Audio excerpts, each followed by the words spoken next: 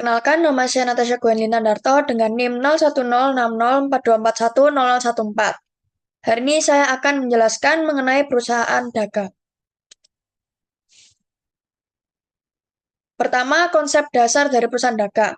Perusahaan dagang adalah entitas yang bergerak dalam kegiatan pembelian dan penjualan barang dagangan tanpa mengubah bentuk barang tersebut. Jadi, perusahaan dagang itu jenis perusahaan yang kegiatan utamanya adalah membeli barang dari pemasok atau produsen, lalu menjualnya kembali kepada konsumen tanpa melakukan perubahan barang. Jadi, mereka langsung menjualnya tanpa merubah bentuk tersebut. Misal kita menjual kertas, otomatis langsung kertas itu yang dijualkan kepada konsumen. Nah, contoh-contoh dari perusahaan dagang itu seperti adanya supermarket, toko kelontong, distributor barang elektronik, dan masih banyak hal lainnya. Selanjutnya, jenis-jenis jurnal di perusahaan dagang. Yang pertama ada jurnal pembelian yang berguna untuk mencatat pembelian barang dagang. Yang kedua, jurnal penjualan yang digunakan untuk mencatat penjualan barang dagangan. Yang ketiga, ada jurnal retur dan pengurangan harga yang digunakan untuk mencatat barang dagangan yang dikembalikan atau return. Return itu kan dikembalikan oleh konsumen. Yang terakhir ada jurnal umum. Digunakan untuk mencatat transaksi yang tidak masuk dalam kategori jurnal khusus. Yang selanjutnya ada Free on Board atau FOB. Nah, FOB itu adalah istilah dalam perdagangan internasional yang mengatur tanggung jawab pengiriman barang antara penjual dan pembeli. Nah, jenisnya tuh ada FOB Destination dan juga FOB Shipping Point. Nah, kalau destination itu tanggung jawab berada di penjual hingga tiba di lokasi pembeli. Jadi, karena ini tanggung jawab penjual, otomatis biayanya itu ditanggung oleh penjual. Kalau shipping point itu pembeli yang bertanggung jawab saat barang dikirim ke lokasi pembeli. Jadi otomatis pembeli yang menanggung biayanya. Selanjutnya ada term of payment. Term of payment adalah ketentuan yang disepakati antara penjual dan pembeli terkait waktu dan cara pembayaran dalam transaksi. Tujuannya adalah untuk memberikan kejelasan tentang kewajiban pembayaran serta memotivasi pembeli untuk membayar tepat waktu. Jadi contohnya di sini ada 2/10 N/30. Hal ini berarti pembeli mendapatkan diskon 2% jika melunasi dalam waktu 10 hari dari mereka memesan barang tersebut. Namun, pembayaran penuh harus dilakukan dalam waktu 30 hari. Juga adanya N/EOM atau end of month, di mana harus dibayarkan pada akhir bulan itu. Yang selanjutnya ada 1/15, yang berarti mendapatkan 1% diskon apabila dapat melunasi dalam waktu 15 hari. Nah, sekarang kita lanjut ke perbedaan perusahaan dagang dan perusahaan jasa. Nah, kalau di perusahaan jasa, itu produknya layanan berupa layanan atau non-fisik. Jadi, tidak ada barangnya. Kalau perusahaan dagang, itu ada barang atau fisik. Nah, contoh nyatanya itu, perusahaan jasa itu contohnya itu salon. Kita kan tidak ada barang fisiknya nih. Kita bisa potong rambut, itu merupakan salah satu layanan atau produk yang non-fisik. Nah, berbeda dengan perusahaan dagang. Contohnya itu ya toko buku. Jadi, kita bisa membeli barang di toko buku. Jadi, kita bisa beli kertas, kita bisa beli buku. Jadi, adanya barang fisik. Yang kedua, pendapatan utama. Kalau pendapatan utama di perusahaan jasa itu berupa pendapatan jasa. Kalau misal di perusahaan dagang, itu penjualan barang dagangan. Selanjutnya, persediaan. Kalau di perusahaan jasa, itu tidak ada persediaan. Kalau di perusahaan dagang, ada persediaan barang. Karena kita menjual barang, otomatis ada persediaan barang. Nah, untuk HPP atau harga pokok penjualan di perusahaan dagang itu ada karena kita menjual barang atau produk. Sedangkan di jasa tidak ada HPP. Nah, contohnya di sini ada salon dan firma hukum. Untuk dagang ada toko buku, supermarket, dan berbagai jenis contoh lainnya. Selanjutnya, di sini ada metode pencatatan perusahaan dagang. Ada dua contoh. Ada dua metode. Yang pertama metode perpetual, dan yang satunya metode periodik. Di sini ada kesalahan angka. Untuk perpetual, itu mencatat setiap perubahan dalam persediaan secara real time, baik saat pembelian, penjualan, maupun pengembalian barang atau retur. Nah, karakteristiknya, persediaan diperbarui terus-menerus secara langsung di sistem. Untuk HPP dihitung setiap kali terjadi transaksi penjualan. Dan yang terakhir, biasanya memerlukan sistem pencatatan yang terkomputerisasi. Selanjutnya metode periodik. Mencatat persediaan hanya pada akhir periode akuntansi menggunakan perhitungan fisik untuk menentukan jumlah persediaan yang tersisa. Jadi untuk perpetual itu terus-menerus atau secara real time, dan untuk periodik itu hanya di akhir saja. Nah, untuk karakteristiknya, persediaan tidak diperbarui secara real time. Yang kedua, harga pokok penjualan atau HPP dihitung di akhir periode dengan rumus HPP sama dengan persediaan awal ditambah pembelian bersih dikurangi persediaan akhir. Yang terakhir, tidak memerlukan pencatatan terperinci setiap transaksi, karena di periodik kita hanya mencatat di akhir saja. Di sini kita lanjut ke laporan keuangan di perusahaan dagang. Karena untuk laporan keuangan itu cukup mirip sistemnya dengan yang perusahaan jasa, saya akan membahas yang mungkin berbeda dengan perusahaan jasa, yaitu di laporan laba rugi dan laporan posisi keuangan. Nah, di laporan laba rugi itu perbedaannya di sini adanya pendapatan penjualan, di mana perhitungannya itu caranya laba kotor dikurangi retur penjualan tambah diskon penjualan, sama dengan laba bersih. Lalu untuk menghitung HPP, rumusnya adalah persediaan awal tambah pembelian bersih kurangi persediaan akhir. Nah, untuk mencari pembelian bersihnya, itu pembelian kotor dikurangi retur pembelian, dikurangi diskon pembelian ditambah dengan biaya angkut pembelian. Selanjutnya, laba kotor itu laba bersih dikurangi oleh HPP yang kita temukan tadi. Untuk beban operasional, itu ada beban penjualan dan juga beban umum dan administrasi. Lanjut ada laba bersih, yaitu didapatkan dari laba kotor dikurangi total beban operasional. Di sini ada laporan posisi keuangan. Yang membedakan di sini adanya persediaan. Di sini kita diaktifkan lancar adanya persediaan. Ini yang membedakan laporan keuangan perusahaan dagang dan perusahaan jasa. Untuk sisanya, laporan keuangannya itu kurang lebih sama. Sekarang kita lanjut ke contoh soalnya. Nah, sebelum kita ke contoh soal, di sini ada beberapa perubahan pada COA. Di sini langsung saya taruh di paling bawah agar tidak bingung dan saya beli warna. Di sini ada persediaan, penjualan, retur penjualan, diskon penjualan, harga pokok penjualan, dan beban angkut penjualan. Nah, kenapa sih di sini ada penjualan tapi nggak ada pembelian? Itu karena semua yang di pembelian itu sudah digantikan oleh persediaan. Jadi persediaan itu menggantikan pembelian, retur pembelian, diskon pembelian, dan beban angkut pembelian. Lalu di sini saya ada harga pokok penjualan dari barang-barang tersebut.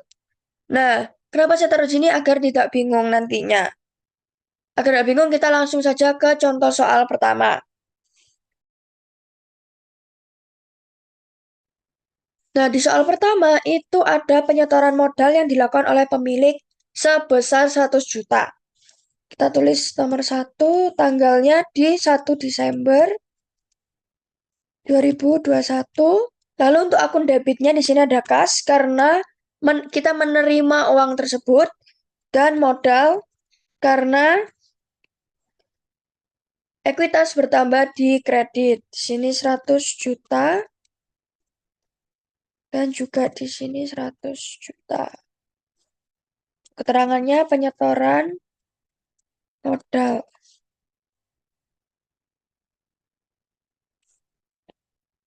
Kita lanjut ke soal nomor 2. Di tanggal 3 Desember, adanya pembelian barang dagangan senilai 5 juta dengan syarat pembayaran 2/10 N/30. Kalau misal ada syarat 2/10 N/30, otomatis pembelian tersebut secara kredit. Nah, di sini, di debitnya, itu adanya persediaan barang dagang. Atau di sini persediaan. Lalu untuk di kreditnya, itu ada utang. Nah, kenapa persediaan ada di debit? Karena di sini kita menambah persediaan kita, otomatis bertambah di debit. Nah, karena kita secara kredit, otomatis utang usaha kita akan bertambah. Sehingga ada di kolom kredit. Di sini senilai 5 juta.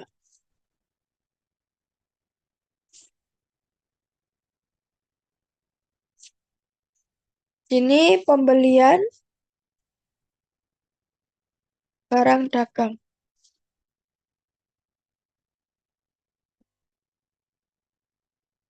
Sekarang kita lanjut ke soal nomor 3. Selanjutnya di soal nomor 3, pada tanggal 5 Desember 2021, kita melakukan retur atau pengembalian pembelian barang dagang. Jadi kita mengembalikan barang dagangan kita.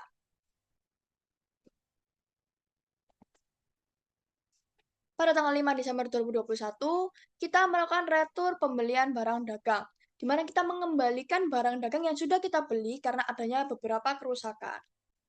Oke, kita di sini menuliskan di sini utang usaha dan juga di sini persediaan. Kenapa sih utang usahanya berada di debit? Karena di sini posisinya utang usaha kita berkurang. Nah, kalau utang usaha bertambah itu kan posisinya di kredit. Nah, karena sekarang kita berkurang, itu posisinya di debit. Untuk persediaan berada di kredit karena di sini persediaan kita berkurang. Kalau persediaan bertambah itu berada di debit. Jadi anggapannya kita mengembalikan barang dagangan kita, otomatis kan utang kita berkurang. Dan juga persediaan kita berkurang karena kita mengembalikan barang dagangan tersebut ke penjual. Di sini dengan nominal 500.000. 500.000. Sini untuk keterangan kita bisa menuliskan retur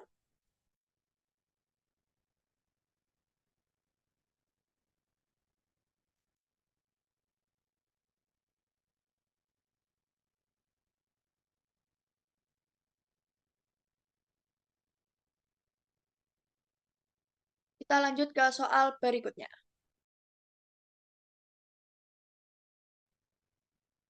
Selanjutnya, di tanggal 9 Desember 2021, kita melakukan pelunasan pembelian barang dagang. Jadi, waktu itu pada tanggal 3 kan kita masih berhutang nih sama penjualnya.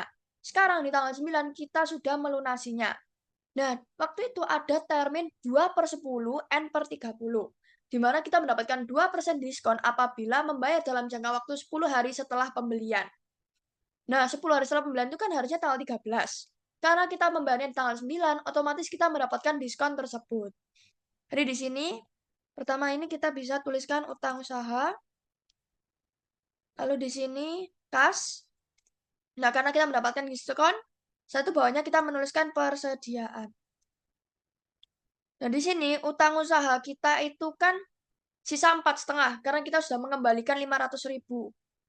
Sehingga utang yang tersisa itu 4.500.000. Lalu, karena di sini ada diskon sebanyak 2%.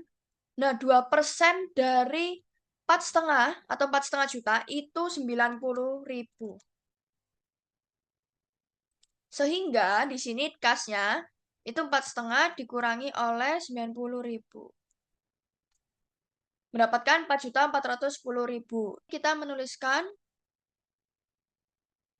pembelian barang dagang. Langsung kita copy ke bawah saja. Kita lanjut ke soal berikutnya.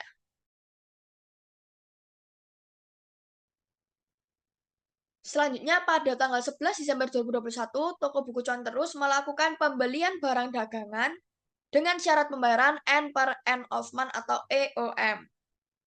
Nah, di sini pada kolom debit ada persediaan. Karena kita menambah persediaan yang ada, jadi persediaan berada di debit. Lalu pada kolom kredit ada utang usaha.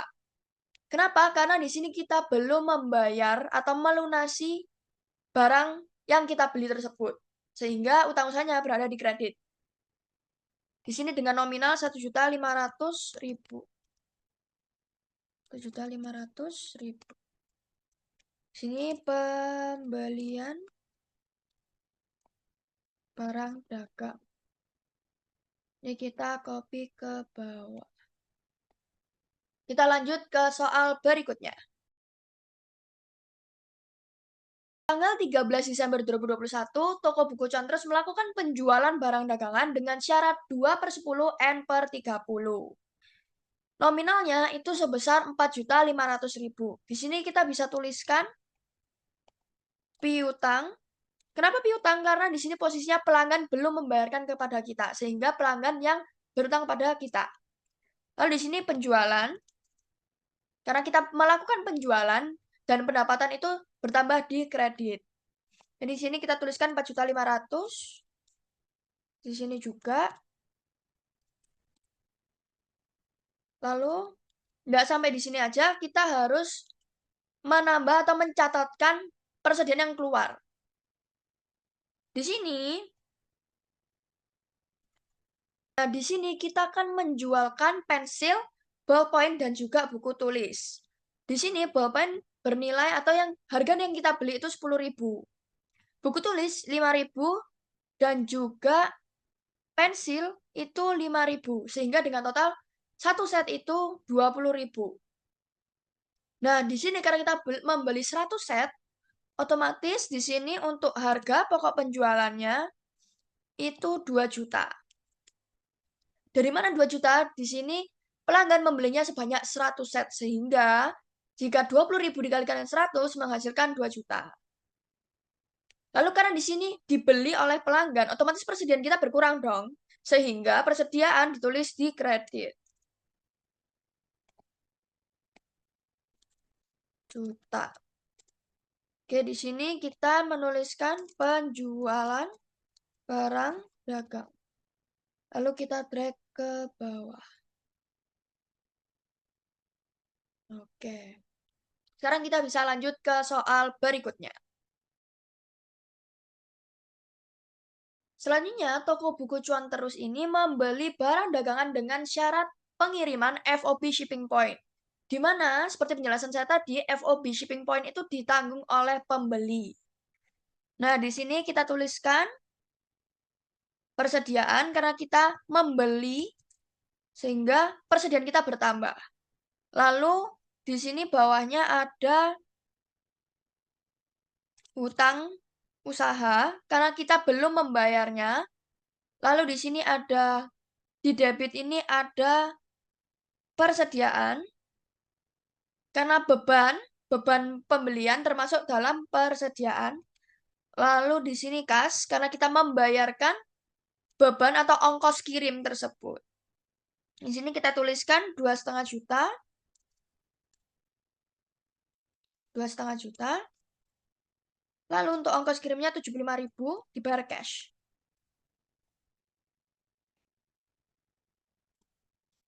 Sini pembelian barang dagang. Lalu kita copy ke bawah. Kita lanjut ke soal berikutnya. Selanjutnya, pada tanggal 17 Desember 2021, pelanggan melakukan retur karena adanya kerusakan pada beberapa produk yang telah ia beli. Di sini, karena adanya pengembalian atau retur, kita tulis di bagian debit sini retur penjualan. Kenapa kok retur penjualan ada di debit? Karena di sini untuk mengurangi pendapatan. Lalu pada bagian kreditnya ada piutang. Karena di sini piutang dari customer ini berkurang. Senilai 150.000. 150.000. Di sini kita harus menuliskan persediaan yang berada di debit, lalu HPP atau harga pokok penjualannya ada di kredit. Hal ini dikarenakan persediaan itu kan dikembalikan.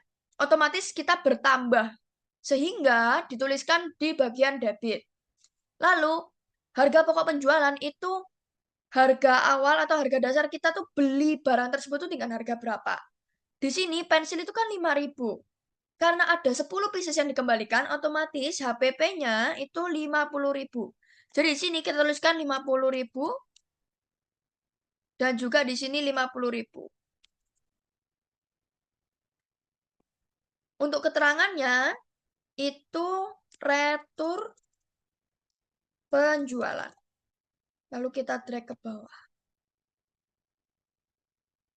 Oke. Kita lanjut ke soal berikutnya.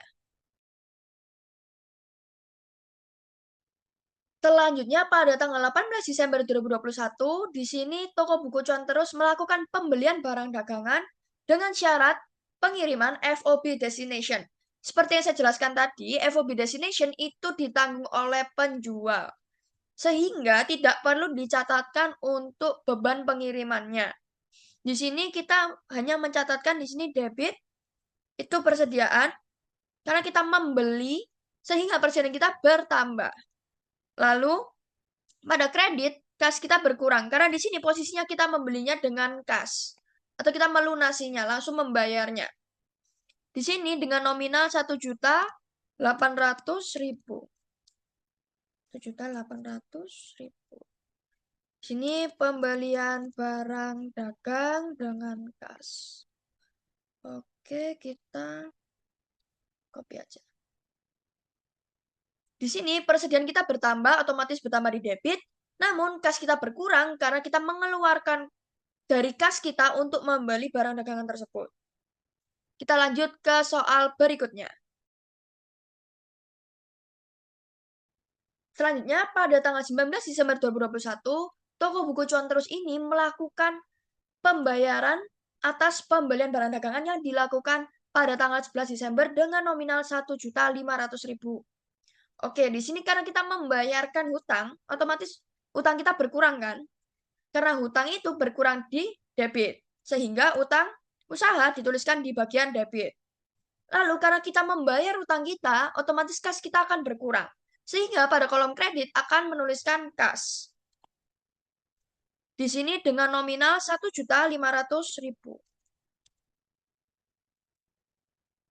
Oke, lalu kita tuliskan di sini pelunasan pembelian barang dagang. Oke, kita copy ke bawah. Kita lanjut ke soal berikutnya. Selanjutnya, pada tanggal 20 Desember 2021, pelanggan melakukan pelunasan atas pembelian barang dagangan. Di sini, karena adanya diskon sebanyak 2%, karena adanya syarat 2/10 N/30, di sini kita menuliskannya adalah kas, karena kita menerima kas di debit, lalu di sini banyak diskon penjualan, karena kita adanya diskon 2% tadi, dan untuk kreditnya itu piutang. Kasnya yang kita terima sebanyak 4.263.000. Untuk diskonnya sebanyak 87.000. Sehingga di sini kita totalkan saja langsung. Jadi 4.350.000. Nah, karena kita menerima kasnya, otomatis kas yang bertambah di debit. Lalu di sini adanya diskon atau potongan dari yang kita terima sebanyak 87.000. Nah, karena sudah dibayarkan oleh pelanggan, otomatis piutang kita akan berkurang. Sehingga dituliskan di kolom kredit. Di sini pelunasan penjualan barang dagang. Kita copy. Kita lanjut ke soal berikutnya.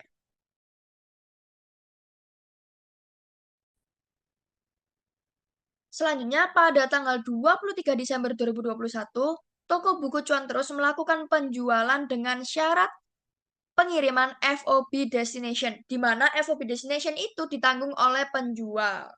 Di sini, toko buku cuan terus itu menjual barang dagangan senilai 2 juta dengan biaya pengiriman 50.000 dibayar tunai. Oke, karena ini sudah dibayarkan oleh pelanggan, kita perlu mencatatnya sebagai kas. Lalu, ini termasuk sebagai pendapatan, sehingga pendapatan itu kan dicatat di kredit. Di sini namanya penjualan. Senilai 2 juta.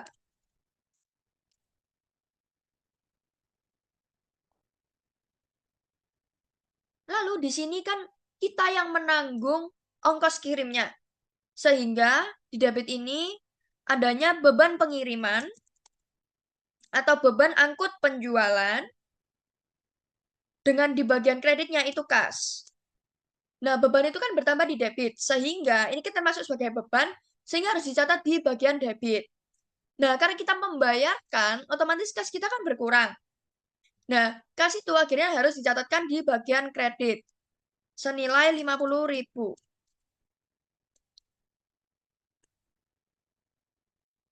Oke, 50.000. Lalu di sini karena kita melakukan penjualan, otomatis persediaan kita kan berkurang nih. Sehingga di sini kita menuliskan harga pokok penjualan dengan persediaan.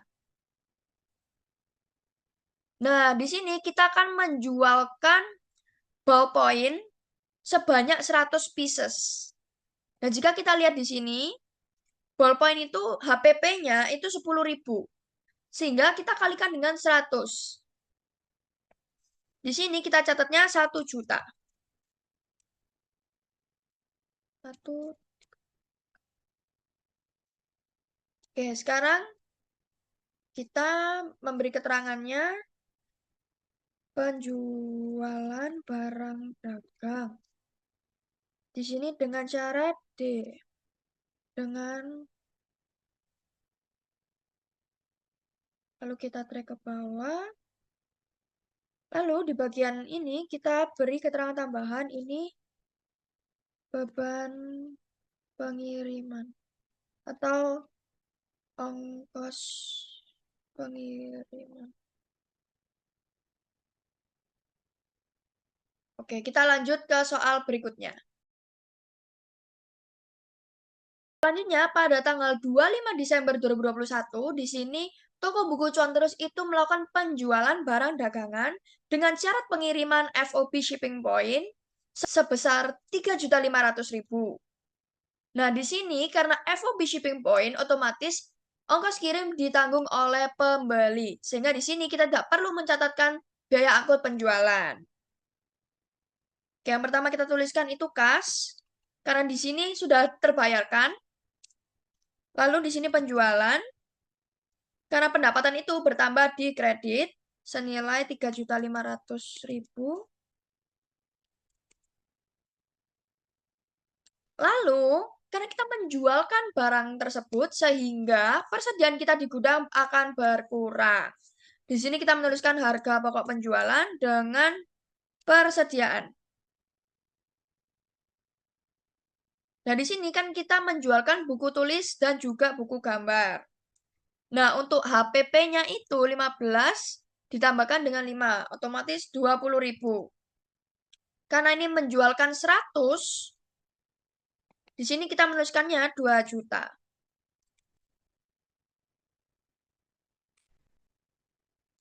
Lalu kita tuliskan di sini penjualan barang dagang shipping point.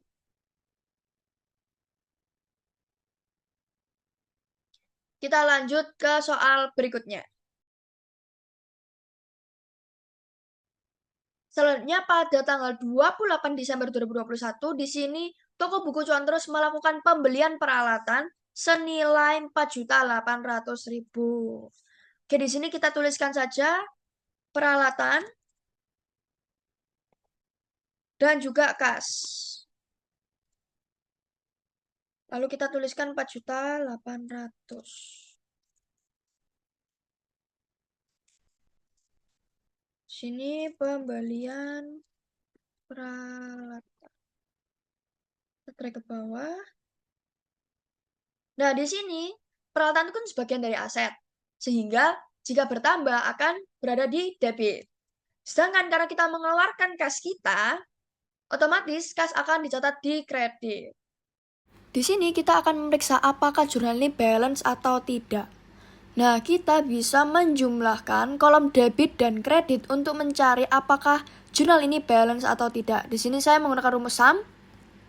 Lalu kita select dari bagian paling atas hingga paling bawah. Lalu di sini kita copy ke bagian kredit. Terlihat bahwa di sini balance. Sekarang kita bisa lanjut ke pembuatan buku besar. Nah, contoh dari buku besar itu seperti ini. Sekarang kita akan membuat buku besar dengan format dari perusahaan dagang. Nah, yang pertama kita bisa ke insert, lalu pivot table. Lalu untuk itu kita table range-nya itu kita select semua dari jurnal, lalu new worksheet. Kita oke. Di sini yang dibutuhkan ada tanggal, lalu ada debit, kredit, keterangan, dan juga akunnya kita letakkan ke bagian filter. Lalu kita bisa mengubah formatnya ke desain, lalu ke report layout, lalu ke show in tabular form, lalu kita bisa subtotalnya di off kan.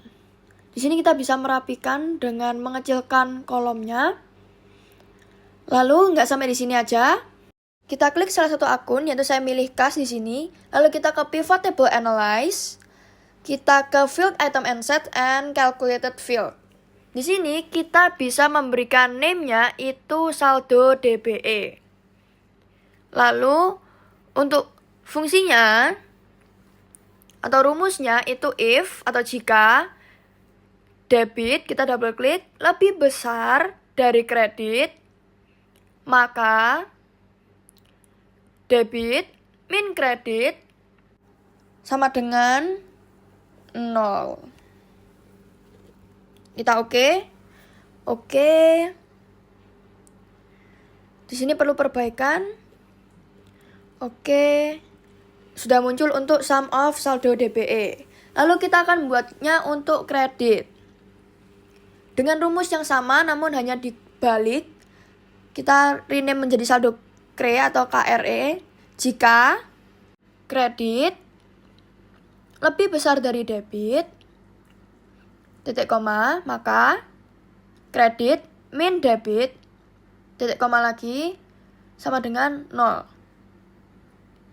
Nah, ini udah muncul untuk saldo debit dan saldo kreditnya.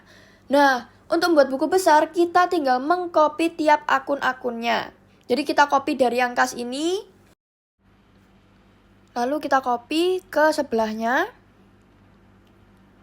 paste, lalu untuk akunnya kita rubah ke persediaan. Dan kita melakukan step itu terus hingga semua akunnya telah tercantum pada buku besar. Biar tidak lama, langsung saya percepat saja.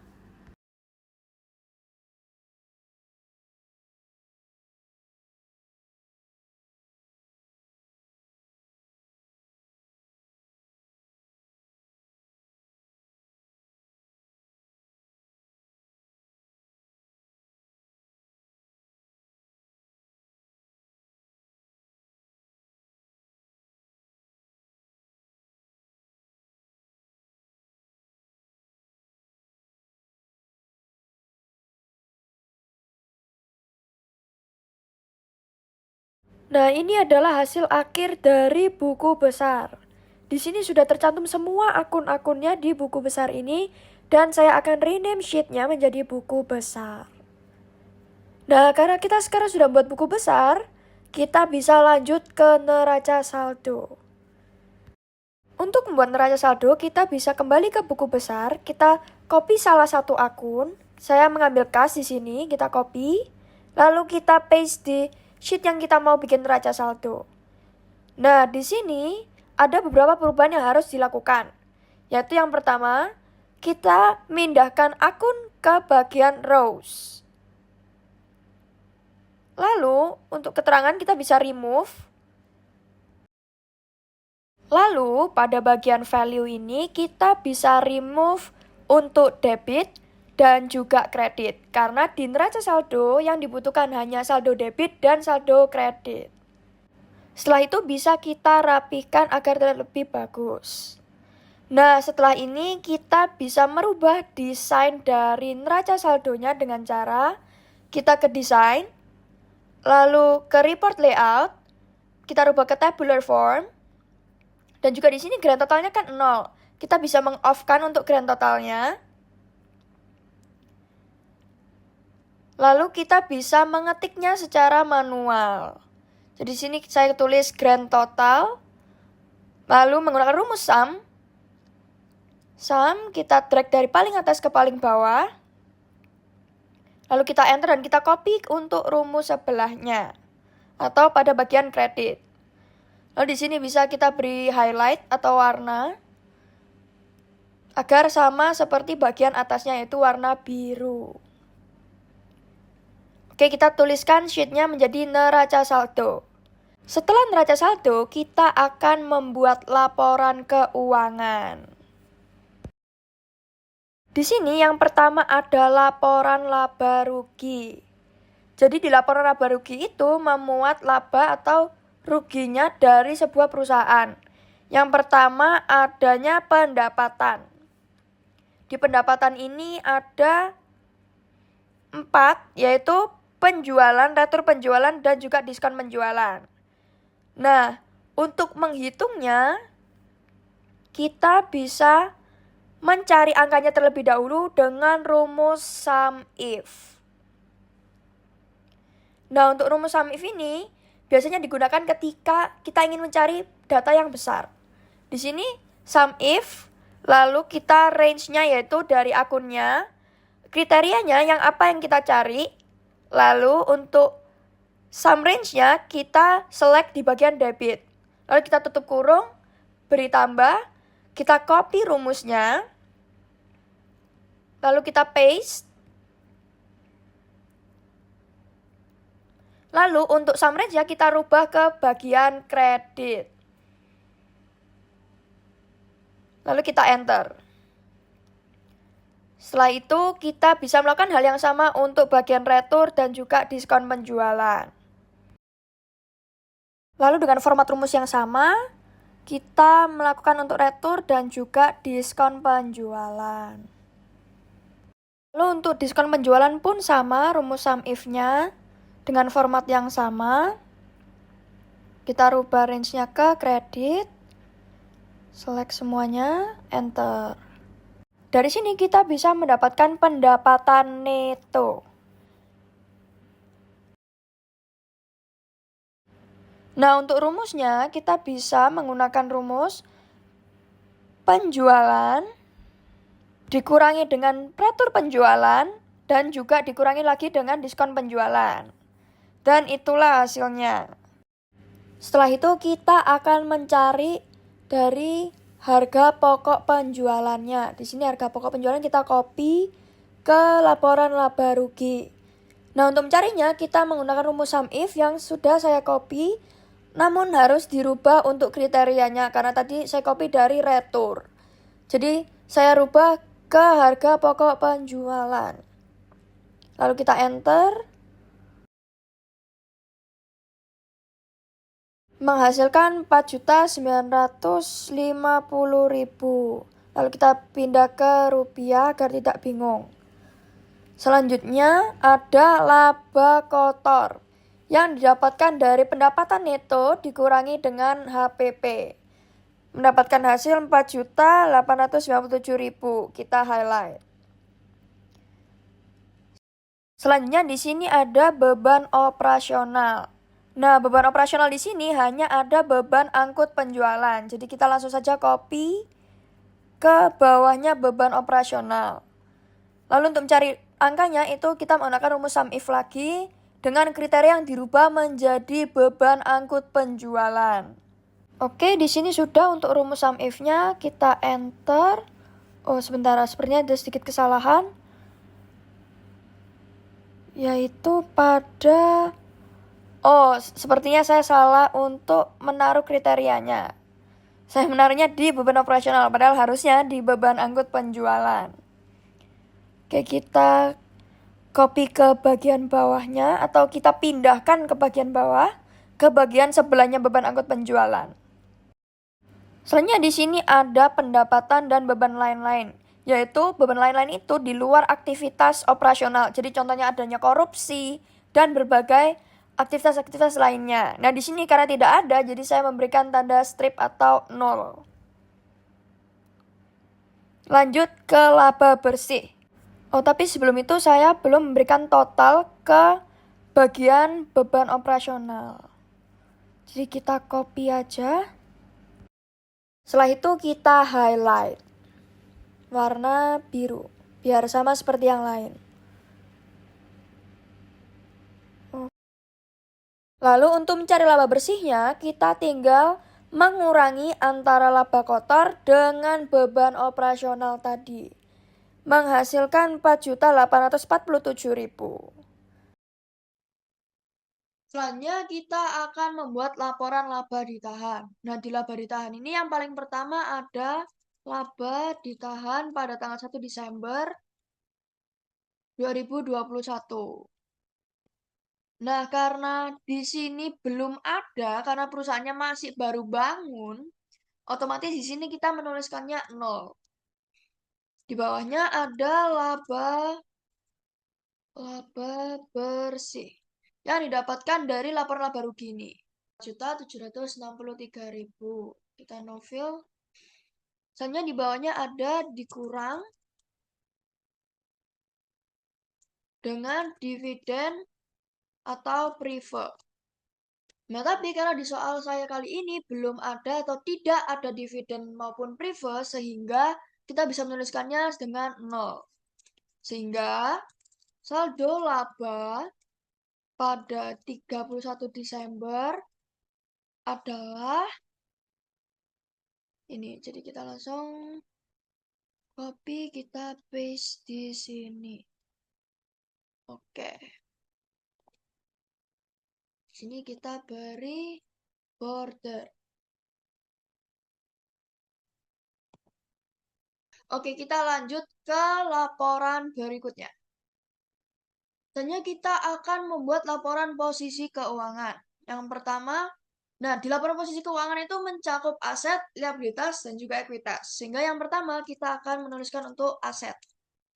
Nah, di neraca saldo ini, aset itu bermulaan, kode akunnya bermulaan dengan angka 1. Sehingga dari kas hingga peralatan ini kita copy, lalu kita paste di sebelah sini. Paste. Ctrl V. Nah, di sini sudah ada kas, persediaan, piutang usaha, dan juga peralatan. Ini kita perbesar saja. Lalu untuk mencari ini nominalnya, kita menggunakan rumus sum if. Jadi sum if. Lalu untuk range-nya itu di sini di neraca saldo di akunnya. Lalu untuk kriterianya kita akan mencari kas. Untuk sum range-nya di bagian debit terlebih dahulu. Lalu kita tutup kurung. Kita copy rumusnya kembali. Tapi tidak lupa untuk memberikan plus atau tambah. Lalu kita copy rumusnya.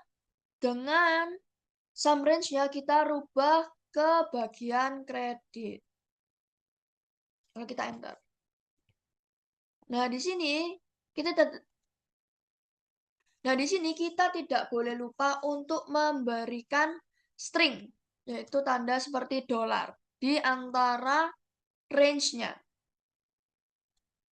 Nah, kenapa harus diberi string?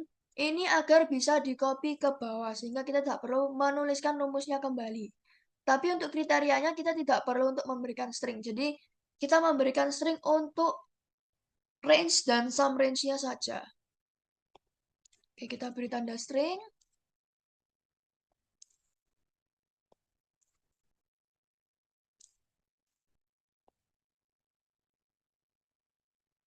Ini, lalu terakhir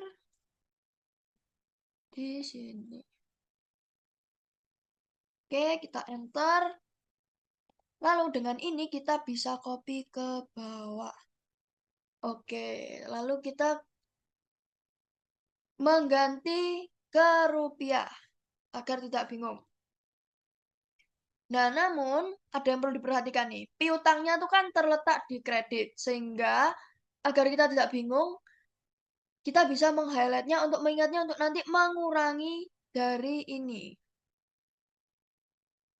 Selanjutnya, liabilitas. Nah, untuk liabilitas itu kode akunnya, oh ya, saya lupa untuk mentotal atau memberikan total ke sini.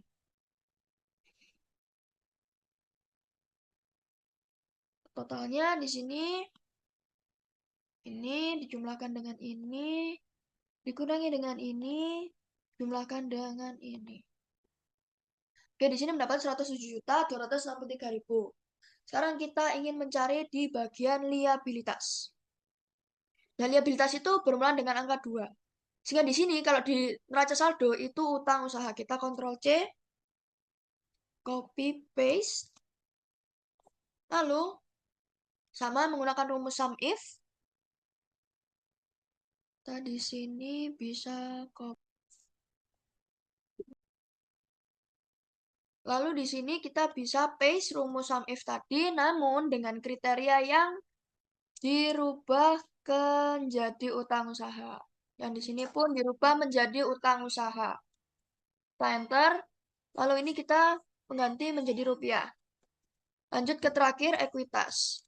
Nah, untuk ekuitas itu kode akunnya itu sisanya yang belum termasuk dari aset maupun liabilitas tadi. Jadi dari modal hingga beban angkut penjualan. Nah, karena bagian rate penjualan hingga beban angkut penjualan itu sudah termasuk di bagian ini, laporan laba rugi. Jadi kita hanya perlu mencatat modal. Jadi kita copy modal. Kita copy ke bagian sini, paste. Lalu bawahnya hanya perlu laba bersih. Oke, di sini kita juga bisa menggunakan rumus sum if. Oke, hapus. Untuk laba bersihnya kita tinggal copy dari sini, kita copy, lalu kita paste value. Oke. Sudah, kita bisa menjumlahkan antara liabilitas dan ekuitas. Nah, di rumus akuntansi itu kan aset sama dengan liabilitas tambah ekuitas. Sehingga untuk memeriksa apakah ini benar atau tidak, kita bisa menjumlahkan antara aset dan juga liabilitas dan ekuitas. Sehingga di sini kita akan menjumlahkan sum. Kita enter. Oke, terbukti bahwa di sini sudah balance karena bagian aset dan liabilitas ekuitasnya itu nominalnya sama. Oke, kita lanjut ke laporan arus kas.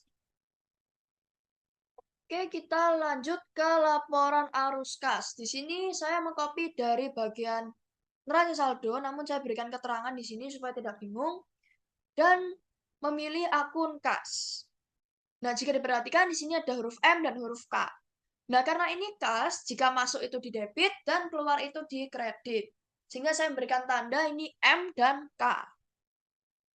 Lalu di sini ada 3 aspek yang harus diperhatikan. Ada operasional, investasi, dan juga pendanaan. Nah, di investasi itu adanya peralatan ataupun aset tetap. Nah, sehingga jika adanya peralatan atau aset tetap, kita harus memberikan tanda seperti ini, I. Lalu yang kedua ada pendanaan, yaitu modal, preferred, dan juga dividen. Jika ada modal, preferred, dan dividen, kita harus memberikan tanda apakah itu pendanaan masuk ataupun pendanaan keluar. Yang terakhir, operasional. Nah, operasional itu sisanya dari yang tidak saya sebutkan tadi. Nah, untuk operasional itu yang selain itu. Jadi, misal ada pembelian, ada penjualan, dan masih banyak hal lainnya. Di sini saya sudah memberikan keterangan. Yang pertama, pelunasan pembelian barang dagang itu termasuk operasional keluar. Pelunasan yang dilakukan oleh pembeli itu termasuk operasional masuk, karena kita menerima uangnya dan berada di debit.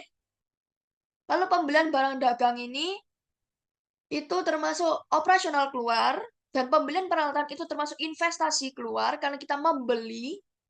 Lalu untuk penjualan barang dagang itu termasuk operasional keluar, karena kita membeli, mengeluarkan. Lalu untuk penjualan barang dagang di dua ini adalah operasional masuk karena kita menerima uangnya. Dan yang terakhir penyetoran modal itu pendanaan masuk. Oke, di sini kita sudah memisah atau mengklasifikasikannya sesuai dengan operasional, investasi, dan juga pendanaan. Kita bisa membuat laporan arus kasnya. Yang pertama ada arus kas operasional. Oke. Sini ada pemasukan dari kegiatan operasional dan juga pengeluaran dari kegiatan operasional. Nah, untuk mencari nominalnya, itu kita menggunakan rumus sum if lagi. Sum if. Nah, untuk range-nya itu dari ini, dari keterangannya ini, kriterianya itu yang mau kita cari yang pertama pemasukan jadi OM. Lalu untuk sum range-nya, kita menggunakan debit terlebih dahulu, tutup kurung, copy rumus seperti tadi. Tidak lupa memberikan jumlah, paste, dan di sini sum range-nya kita rubah ke bagian kredit. Lalu kita enter. Di sini mendapatkan 9.850.000. Oke, lanjut ke pengeluaran dari kegiatan operasional. Di sini kita langsung copy aja. Kemudian kita memeriksa untuk ininya. Oke, operasional keluar. Nah, ini range-nya karena kita belum memberikan string tadi, sehingga di sini belum tercantum. Jadi C26 hingga C34. Dan ini range debitnya ini, sama range debitnya ini malah kena hingga grand totalnya. Yang ini pun sama.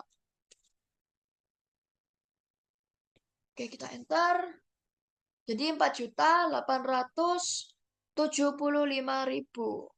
Lanjut ke arus kas. Arus kas investasi. Di sini ada pemasukan dari aset tetap dan juga adanya pengeluaran untuk aset tetap. Oh ya, bentar. Sepertinya saya harus memindahkan ini ke bawah. Agar di sini bisa saya berikan total. Nah, untuk totalnya tinggal pemasukan dan pengeluaran ini harus dikurangi. Jadi, 9.850 dikurangi 4.875.000. Enter.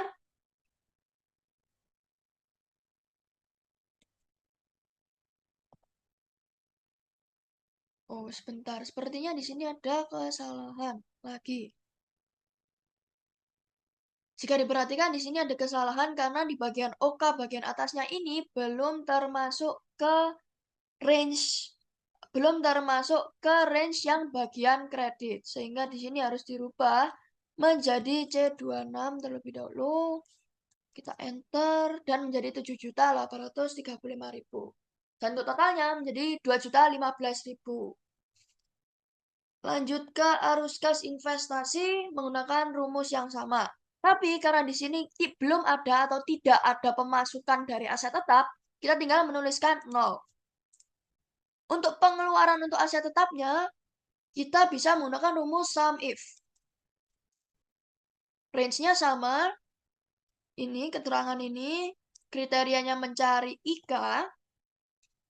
Lalu untuk sum range-nya debit, tutup kurung, jumlah, kita copy rumus, kita paste di sini.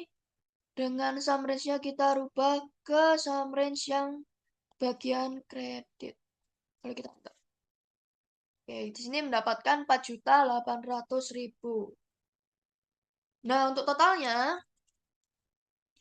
yaitu 0 dikurangi dengan 4.800.000 sehingga mendapatkan minus 4.800.000. Lanjut ke arus kas pendanaan. Di sini arus kas pendanaan itu ada dua juga, pemasukan dari aktivitas pendanaan dan juga pengeluaran untuk aktivitas pendanaan. Nah, di sini pemasukan itu kita menggunakan rumus sum if, range-nya sama lagi, kriterianya PM, lalu sum range-nya di debit terlebih dahulu, tutup kurung, kita beri jumlah, kita copy, Copy rumusnya, copy. Di sini kita paste. Dan untuk sum range yang ini kita rubah ke bagian kredit. Kita enter. Oke, di sini 100 juta kita beri nominal rupiah. Lalu untuk pengeluarannya karena tidak ada, kita juga berikan tanda 0. Untuk totalnya tinggal 100 kurangi dengan yang 0 ini. Sehingga mendapatkan 100. Di sini kita menuliskan kas awal periode. Dan juga adanya kas akhir periode. Nah, karena di kas awal periode kita belum memiliki apapun, sehingga kita bisa memberikan tanda strip atau 0. Jadi kita berikan 0. Untuk kas akhir periode itu didapatkan dari menjumlahkan keseluruhan total-total ini. Jadi ini plus ini di plus lagi dengan yang ini. Kita enter, mendapatkan 97.215.000. Nah, untuk memeriksa benar atau tidaknya, kita bisa memeriksa dari neraca saldo.